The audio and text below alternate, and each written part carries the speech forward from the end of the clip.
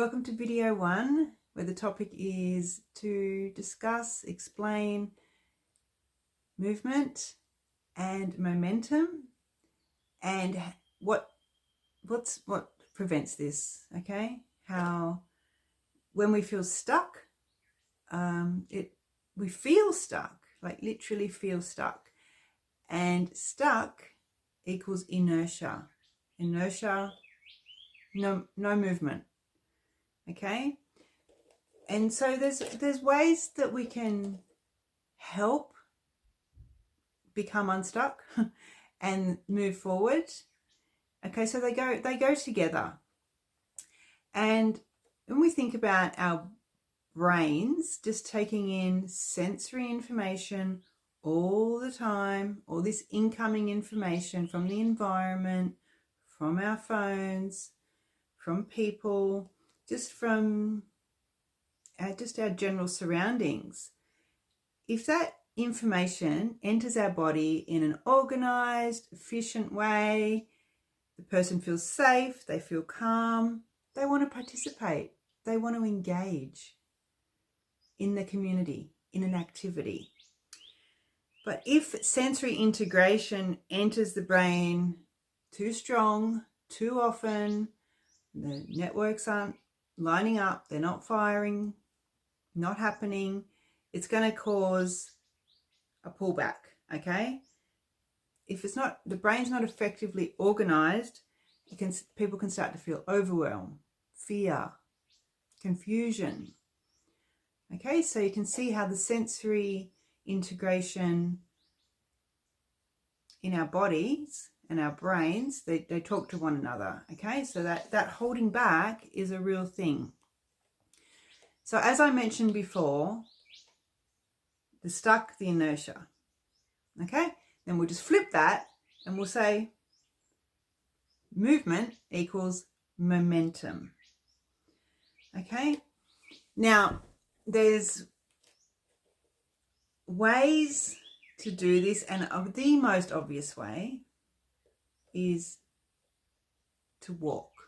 Okay, people who walk daily are more than likely to have higher functioning brains, executive functioning.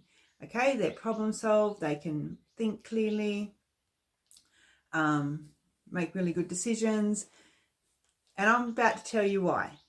Okay, we're just going to take this little brain, big brain, front. This is the front, and this is the back. Okay, and then we've got all this functioning in the middle. But just a little bit about how the brain acquires its focus. Okay, so when we walk, our movement pattern for that is stored here in our cerebellum. Okay, it's happy as Larry because it is the place where muscle memory is stored. Okay, it's our first brain that ever existed, otherwise known as the reptilian brain, before we even had this. Okay, so just going back in the evolution. Now we're walking and the brain's like, no problem, I've got this, I can do that automatically. Okay, cheers, let's keep going. And then if we can tune into our environment, we start to use some of our senses more. Okay, so then this part of the brain is activated, and then we want to notice something.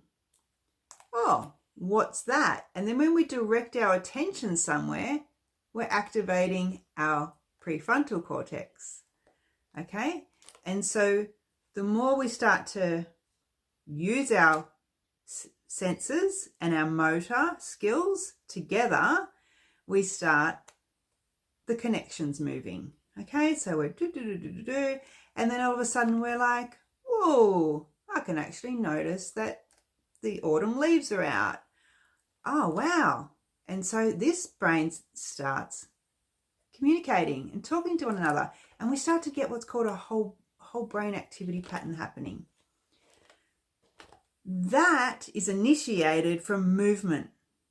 Okay, so the real key to getting focus is in physical movement. Okay, that's how we learn.